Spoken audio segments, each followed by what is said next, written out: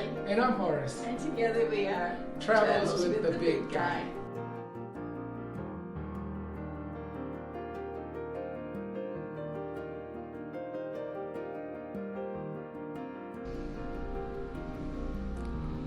Hey, Holly, how long have we been traveling internationally right now? A little over a year and a half. And what we want to talk to people about today is a little bit of our experience while traveling internationally and the things that we've come to realize that either get under our skin or, that bother us a little bit. What will be one of those things in your opinion? I guess the locals, until they talk to us, they think that that we're rich because we come from the U.S.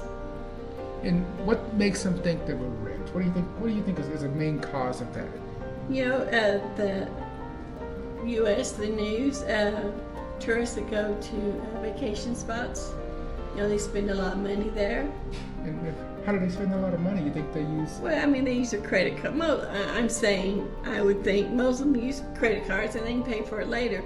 But we're living the life here with the locals, and we don't do that. So we stop by cash machines, ATMs mainly because you can get a cheaper rate like that, and we usually pay with cash, not credit. Right. So that helps a lot.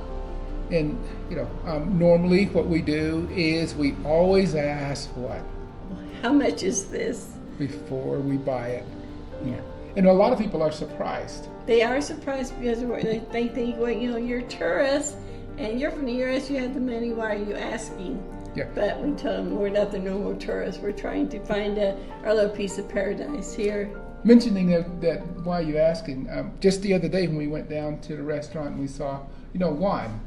Yes. We asked how much it was for a bottle of pop out of the machine. And he looked at us His strangely. eyes got big. He said, "You're tourists. You don't care how much the price is. Normally, people who travel don't care how much the price is because they're rich." So that was an eye-opener for us. So if it's not marked, we do ask first, and they might look at us crazy for a second, but they like it.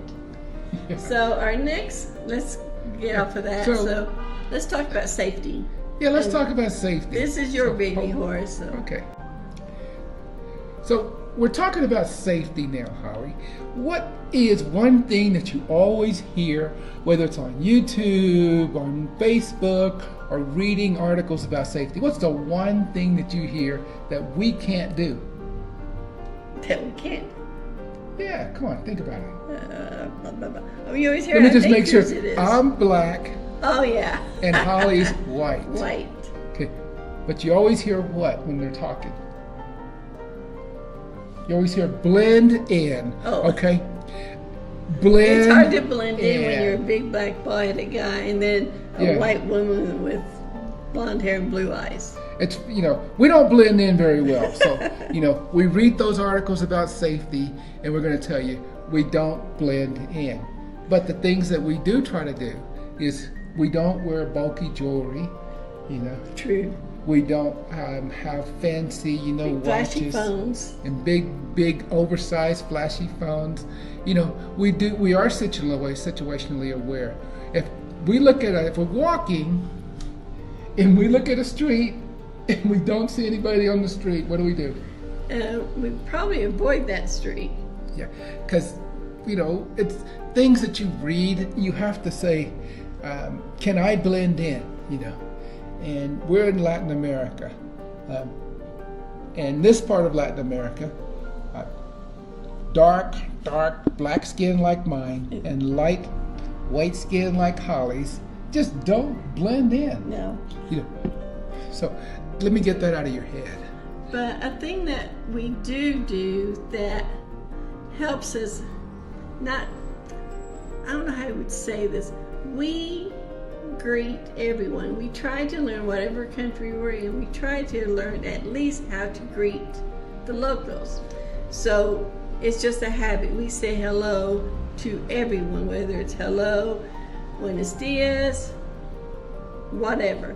So we were told by someone in Peru that, we don't do that here. Well, Horace and I do, and we've always done. It's just a habit, and it's gotten us a long way as far as the locals like us. We're nice.